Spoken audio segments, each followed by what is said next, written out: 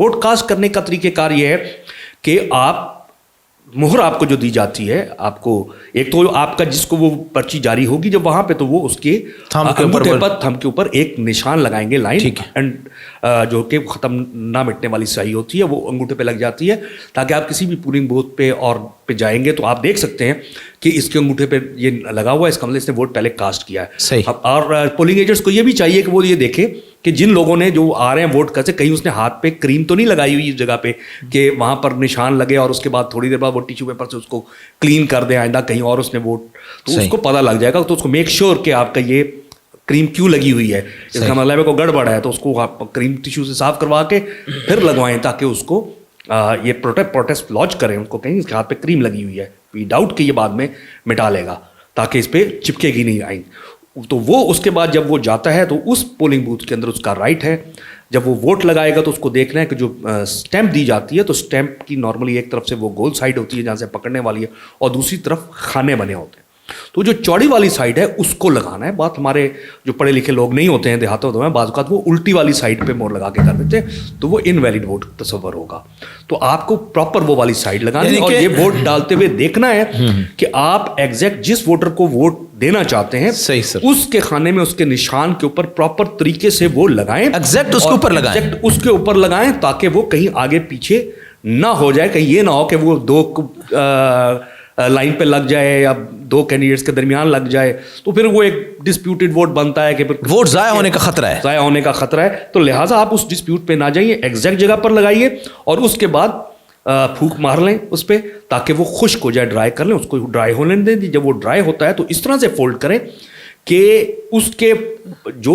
वो जो फोल्ड है कि अगर फिर भी थोड़ी बहुत गीली से आई है तो वो किसी और निशान पर ना लग जाए, उसको इस तरह से फोल्ड करें कि वो अगर लगना भी है तो वो बैक वाली साइड पर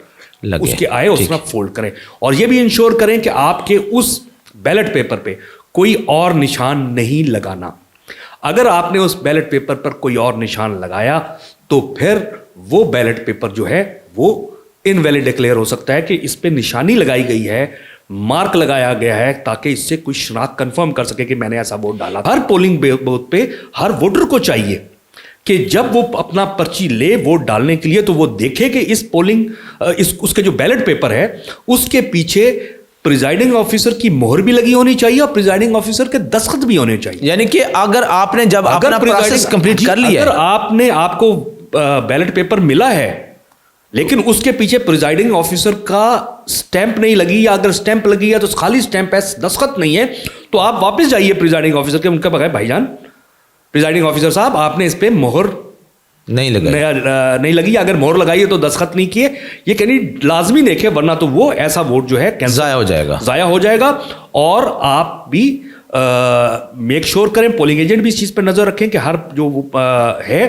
बैलेट पेपर इशू हो रहा है उसके पीछे प्रिजाइडिंग ऑफिसर ने दस्तखत किए हैं और उसने मोहर भी लगाई है। और जब वो काउंटर फॉइल जिस काउंटर फॉइल से वो वोट की पर्ची फाड़ी जाती है बैलेट पेपर को, तो उस बैलेट बुक के अंदर बैलेट पेपर के साथ काउंटर फॉइल होता है, जिस तरह आपकी चेक बुक्स के अंदर होता है। जी बिल्कुल। तो वो जिस तरह चेक बुक पे आप चेक काटते हैं खाली डालने के बाद, चेक वाले साइड पे अपने पर्टिकुलर्स लिख लेते हैं, आपको याद रहे कि आपने चेक किसको डाला है, तो इसी तरह